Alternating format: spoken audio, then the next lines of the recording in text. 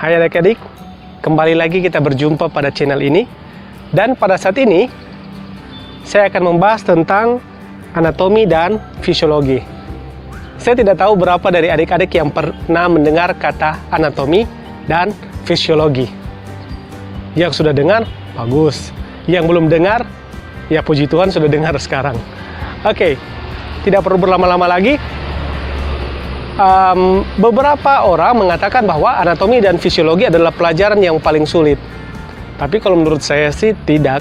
Sebenarnya yang sulit itu hanya kemauan saja yang sulit, bukan pelajarannya. Saya akan memberikan contoh. Adik-adik pernah dengar ini kata dikenal, maka disayang.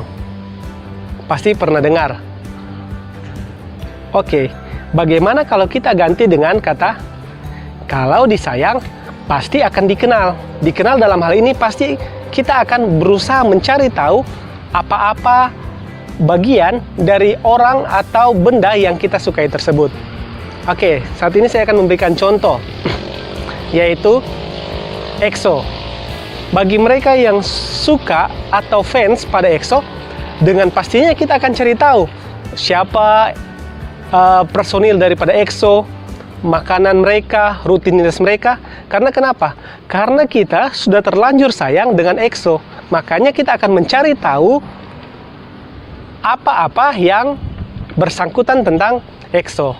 Dengan demikian, yang ingin saya katakan di sini bahwa ketika kita berusaha mencari tahu seseorang atau benda, kita biasanya akan dimulai dengan kata sayang atau suka dulu. Jadi pada saat ini saya akan mengajak adik-adik sekalian, mari mindset di kepala pikirkan bahwa anatomi dan fisiologi adalah pelajaran yang menyenangkan. Baik, pada saat ini dari katanya kita akan membahas dulu pengertian tentang anatomi dan fisiologi. Anatomi sendiri berarti tentang ilmu yang mempelajari tentang struktur tubuh manusia. Dan selanjutnya, sedangkan fisiologi adalah ilmu yang mempelajari tentang fungsi dari struktur tubuh. Dengan demikian, anatomi dan fisiologi menggabungkan antara struktur tubuh beserta fungsi-fungsinya. Anatomi dan fisiologi sendiri dibagi menjadi beberapa sistem. Yang pertama, sistem otot dan tulang. Dan yang kedua, sistem kardiovaskular, itu menyangkut jantung dan juga pembuluh darah. Selanjutnya, sistem limfatik. Ada juga yang namanya sistem respirasi yang mengatur supaya pertukaran gas di dalam orang punya tubuh ini, dalam tubuh kita ini bisa terjalin dengan baik. Selanjutnya, sistem pencernaan. Pernahkah adik-adik berpikir, kalau saya makan atau saya minum, kira-kira sistem apa yang bekerja? Namanya adalah sistem pencernaan. Dan selanjutnya adalah sistem perkemihan. Ketika kita minum dan ketika kita rasa membuang air kecil, secara otomatis sistem perkemihanlah yang akan bekerja pada tubuh kita. Selanjutnya, sistem reproduksi. Itulah mengapa sampai kita pada saat ini bisa lahir, karena ada sistem reproduksi. Selanjutnya ada sistem endokrin, yaitu sistem yang mengatur lalu lintas dari orang punya tubuh ini. Selanjutnya, sistem saraf. Tanpa sistem saraf, maka kita tidak akan bisa menggerakkan tangan, kaki, dan lain-lain. Selanjutnya, sistem integumentari. Sistem integumentari itu mencakup rambut, kulit, dan juga kuku. Selanjutnya, sistem indera, termasuk ya indera penciuman, indera penglihatan, dan indera-indera yang lainnya.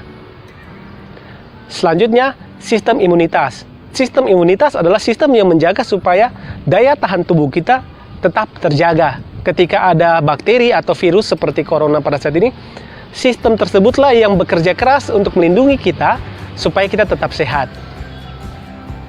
Dan selanjutnya, sistem-sistem tersebut akan bekerja sama untuk menjalin yang namanya homeostasis. Homeostasis itu artinya keseimbangan. Dan pada saat ini juga, saya akan menyinggung sedikit tentang beberapa istilah dari anatomi dan fisiologi. Beberapa istilah tersebut diantaranya adalah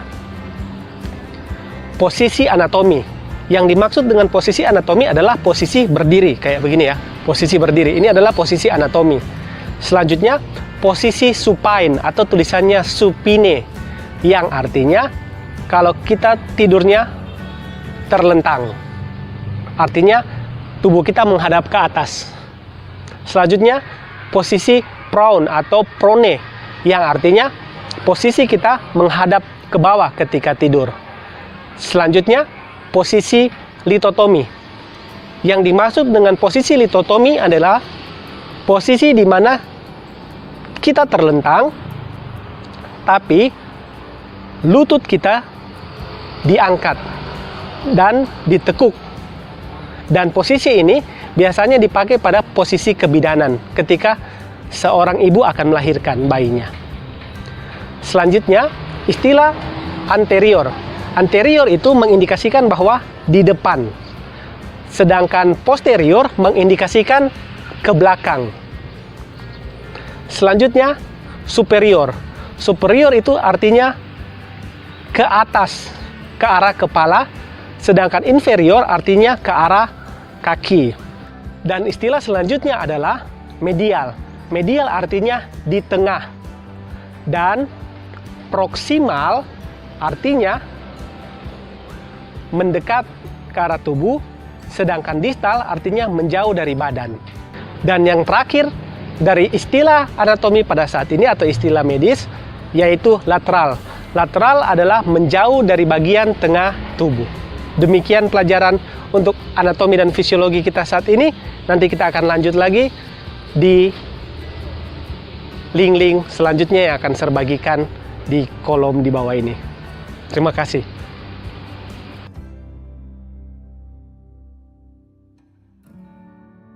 Pernah nggak sih waktu lagi sakit, kita tuh mikir, sebenarnya apa ya yang lagi terjadi di dalam badan gua? Nah, setiap penyakit, mau itu flu biasa sampai kondisi yang lebih rumit, itu tuh pada dasarnya kayak sebuah misteri. Dan di sini, kita bakal belajar bareng-bareng cara memecahkannya. Kita semua pasti tahulah ya rasanya gimana, lemes, nggak enak badan, pokoknya ada yang nggak beres. Tapi, di balik perasaan itu semua, sebenarnya ada sebuah proses yang bisa banget kita pahami, persis kayak detektif yang lagi mecahin sebuah kasus. Oke, kita bedah dari sini ya. Secara resmi nih, penyakit itu adalah kondisi di mana tubuh kita nggak lagi berfungsi secara normal. Ini adalah petunjuk pertama kita, titik awal dari setiap investigasi medis. Ini ngasih tahu kita kalau, oke, ada kejahatan yang terjadi di dalam tubuh. Nah, buat memecahkan misteri ini, kita tentu butuh peralatan investigasi dong. Ini adalah kerangka kerja yang dipakai para profesional medis untuk memahami penyakit apapun. Anggap aja ini kayak detektif kit standar buat kita. Jadi, setiap investigasi penyakit itu intinya berpusat di 5 pertanyaan kunci ini. Kita bakal nanya, apa sih penyebabnya? Terus, gimana proses kejadiannya? Buktinya apa? Akibat lanjutannya gimana? Dan, perkiraan ke depannya kayak apa? Nah, untuk kali ini, kita akan fokus ke 2 pertanyaan paling dasar. Siapa pelakunya dan bagaimana cara kerjanya? Yuk, kita mulai dari pertanyaan pertama dan yang paling penting dalam setiap misteri. Siapa pelakunya? Nah, dalam dunia medis, penyelidikan buat nyari tahu siapa ini disebut etiologi. Jadi, etiologi itu intinya soal mengidentifikasi siapa biang keroknya. Apakah dia penyusup dari luar, atau jangan-jangan pengkhianat dari dalam tubuh kita sendiri? Menemukan penyebabnya adalah langkah pertama dan paling krusial buat menyelesaikan kasus ini. Kalau kita lihat daftar tersangkanya, ada beberapa pelaku yang sering banget muncul. Kadang masalahnya itu datang dari dalam, misalnya ada kesalahan di cetak biru atau genetik kita. Di lain waktu, ada penyusup dari luar, kayak bakteri, virus, atau jamur. Bahkan hal-hal kayak zat kimia, radiasi, atau cedera fisik pun bisa jadi biang keladinya. Nah, yang menarik nih, kadang-kadang pelakunya itu nggak cuma satu. Sering banget sebuah penyakit itu hasil dari konspirasi, alias keroyokan. Jadi ada beberapa faktor yang kerja sama buat menimbulkan masalah. Inilah yang kita sebut sebagai penyakit multifaktorial. Jadi ada poin yang penting banget buat dibedain di sini, antara pelaku utama sama kaki tangannya. Penyebab langsung itu ya agen yang benar-benar memulai penyakitnya. Sedangkan faktor resiko itu lebih kayak kondisi yang bikin kita jadi lebih rentan, seolah-olah dia ngebukain pintu buat si pelaku utama masuk. Kita ambil contoh nyata ya, tuberkulosis atau TBC. Penyebab langsungnya jelas banget, yaitu bakteri Mycobacterium tuberculosis. Tapi bakteri ini mungkin aja nggak bakal berhasil kalau nggak dibantuin sama kaki tangannya. Misalnya kondisi gizi yang buruk, sistem imun yang lagi lemah, atau usia lanjut. Memahami keduanya ini penting banget. Oke, kita udah tahu siapa pelakunya. Sekarang kita lanjut ke pertanyaan berikutnya. Terus gimana cara mereka melakukannya? Nah, inilah yang disebut patogenesis. Patogenesis itu bisa dibilang alur cerita kejahatannya. Ini adalah penjelasan langkah demi langkah tentang gimana si pelaku yang udah kita identifikasi tadi akhirnya bikin kekacauan di dalam tubuh dan menghasilkan gejala-gejala yang kita rasain.